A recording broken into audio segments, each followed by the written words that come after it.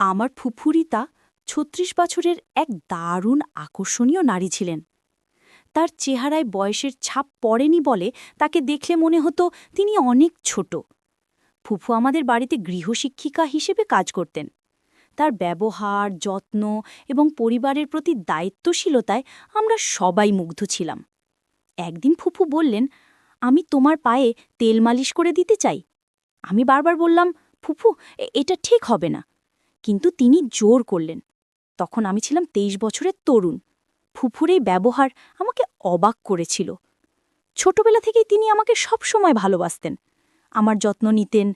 মা বাবা কানাডায় ২ মাসের জন্য যাওয়ার সময় বাড়ির দায়িত্ব ফুপুর উপরই ছিল। ফুপু ছিলেন এমন একজন যিনি সংসারের প্রতিটি বিষয় খুঁটিনাটি জানতেন। তার জন্য আমাদের কখনোই কোনো অসুবিধা হয়নি। মা বাবা যাওয়ার পর ফুপুর সঙ্গে আমার সময় কাটত বাড়ির কাজ নিয়ে। তার প্রতি আমার মুগ্ধতা ধীরে ধীরে বাড়তে থাকে। একদিন আমি তার কাছে গেলাম। তিনি তখন ঘরের কিছু কাজ করছিলেন। তার প্রতি আমার যে ভালো লাগা কাজ করছিল তা কোনোভাবেই তাকে বলতে পারছিলাম না। একদিন মায়ের শাড়ি পরে ফুফু যখন ঘরে এলেন, তখন তাকে দেখে আমি সত্যি অবাক হয়ে গেলাম। শাড়িতে তাকে এত সুন্দর লাগছিল যে আমি কিছুক্ষণ তাকিয়েই রইলাম। তিনি বললেন, তোমার মায়ের শাড়িতে আমাকে কেমন লাগছে রাতুল? আমি কিছু বলতে পারলাম না। তার সৌন্দর্যে আমি মুগ্ধ হয়ে গিয়েছিলাম। পরবর্তী কিছুদিন ফুফু আমাকে ছোটবেলার স্মৃতিগুলো মনে করিয়ে দিচ্ছিলেন। তার সঙ্গে গল্প করতে করতে আমি আবেগপ্রবণ হয়ে পড়তাম। তিনি অনেক আন্তরিকতার সঙ্গে আমার সব কাজে সাহায্য করতেন।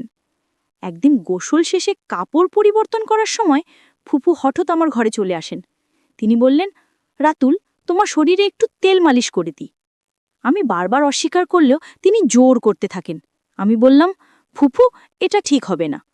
কিন্তু তার ভালোবাসার যত্ন দেখে আমি মুগ্ধ হয়েছিলাম। তবে আমি সবসময় সীমারেখা বজায় রাখার চেষ্টা করতাম। ফুফু আমার মা বাবার অনুপস্থিতিতে বাড়িটিকে যেন নিজের মতোই করে গুছিয়ে তুলেছিলেন। একদিন আমি বন্ধুদের সঙ্গে একটি পার্টিতে যাচ্ছিলাম। ফুফু বললেন, তুমি একা একা পার্টিতে যাচ্ছ? আমাকে তো কখনো বাইরে নিয়ে যাও না।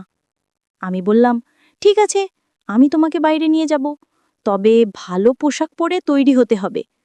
ফুফু রাজি হলেন। আমি মায়ের রুম থেকে একটি সুন্দর শাড়ি এনে তাকে দিলাম। যখন তিনি শাড়ি পরে বেরিয়ে এলেন, তাকে দেখে আমি অভিভূত হয়ে গেলাম। তার সৌন্দর্যের আভাস আমাকে মুগ্ধ করেছিল। সেই মুহূর্তে আমি বুঝলাম, ভালোবাসা মানে শুধুই শারীরিক আকর্ষণ নয়, এটি একজনের প্রতি আন্তরিক ভালোবাসা আর যত্ন। তিনি মায়ের ঘর থেকে একটি আধা পরা শাড়ি পরে বের হলেন। সাজগোজে তাকে দেখতে একেবারে মডেলের মতো লাগছিল। তাকে দেখে আমি চোখ নামিয়ে নিলাম। দরজা দিয়ে বের হওয়ার সময় তিনি হঠাৎ দরজার সাথে ধাক্কা খেয়ে আমার উপরে পড়ে গেলেন।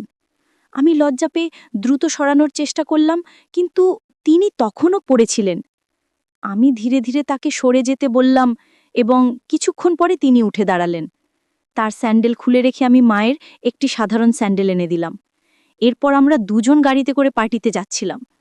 পার্টিতে গিয়ে আমার বন্ধুরা তাকে দেখে মনে করল তিনি আমার বান্ধবী। কিন্তু ফুফু তাদের ভুল না ভেঙে বরং সবার সামনে বললেন, আমি রাতুলের বন্ধু।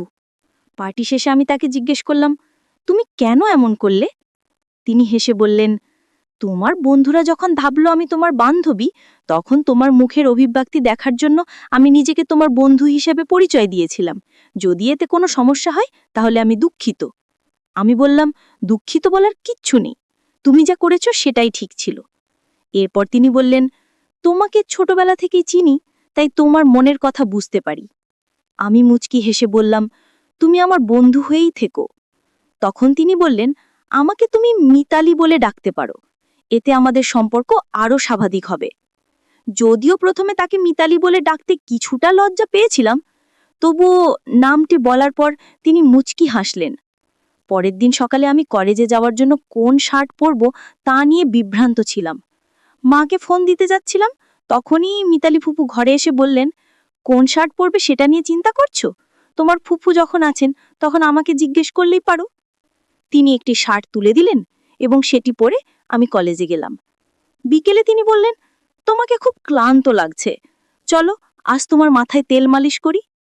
এরপর আস্তে আস্তে আমার মাথায় তেল মালিশ করতে শুরু করলেন। পরদিন সকালে ঘুম থেকে উঠে দেখলাম তিনি আমার পায়ের কাছে শুয়ে আছেন। আমি আতঙ্কিত হয়ে বললাম, আপনি এখানে কেন? তিনি বললেন, আমি শুধু তোমার কাঁধে হাত রেখেছিলাম, আর তাতেই তুমি ঘুমিয়ে পড়েছিলে। তোমার মা কি কখনো তোমাকে এমন মালিশ করে দেয়নি? আমি বললাম, আমার মা সব সময় আমার যত্ন নেন, তবে এটি আমার জন্য নতুন অভিজ্ঞতা। মিতালি ফুপু চুপচাপ মাথা নিচু করে বাইরে চলে গেলেন। কয়েকদিন পর বাবা মা বাসায় ফিরে এলেন। রাতের খাবারের পর মিতালি ফুপু রান্নাঘর পরিষ্কার করে নিজের ঘরে চলে গেলেন। আমি সেদিন রাতে তার ঘরে গিয়ে বললাম, আজ আমাদের বেশি কথা হয়নি, তাই তোমার সঙ্গে দেখা করতে এসেছি। তিনি হাসি দিয়ে বললেন, ঠিক আছে, যদি কোনো প্রয়োজন হয় আমাকে বলো, আমি তোমার জন্য এখানে আছি। পরদিন সকাল ৯টার সময় উঠে দেখি নাশতা এখনো তৈরি হয়নি। সাধারণত মিতালি ফুপু সকাল ৮টার মধ্যেই নাশতা তৈরি করে ফেলতেন। রান্নাঘরে গিয়ে দেখি তিনি চিন্তিত মুখে দাঁড়িয়ে আছেন। তখন বাবা রান্নাঘরে ঢুকলেন এবং তার দৃষ্টি মিতালি ফুফুর দিকে বেশ অদ্ভুত মনে হচ্ছিল। সেদিন রাতে আমি ফুফুর রুমে গিয়ে দেখতে পেলাম বাবা সেখানে একটি বড় অঙ্কের টাকা রেখে এসেছেন। আমার মনে হলো কিছু একটা সমস্যা হয়েছে। আমি বাবাকে জিজ্ঞেস করলাম, ফুফুর সঙ্গে কি ঘটছে? বাবা কোনো উত্তর না দিয়ে আমাকে আমার ঘরে যেতে বললেন, কিন্তু আমি রুম ছেড়ে যাইনি। ফুফু তখন আমাকে জড়িয়ে ধরে কেঁদে বললেন, রাতুল, আমি যখন থেকেই বাড়িতে এসেছি তখন থেকেই তোমাকে কিছু কথা বলতে চেয়েছিলাম, কিন্তু সাহস পাইনি।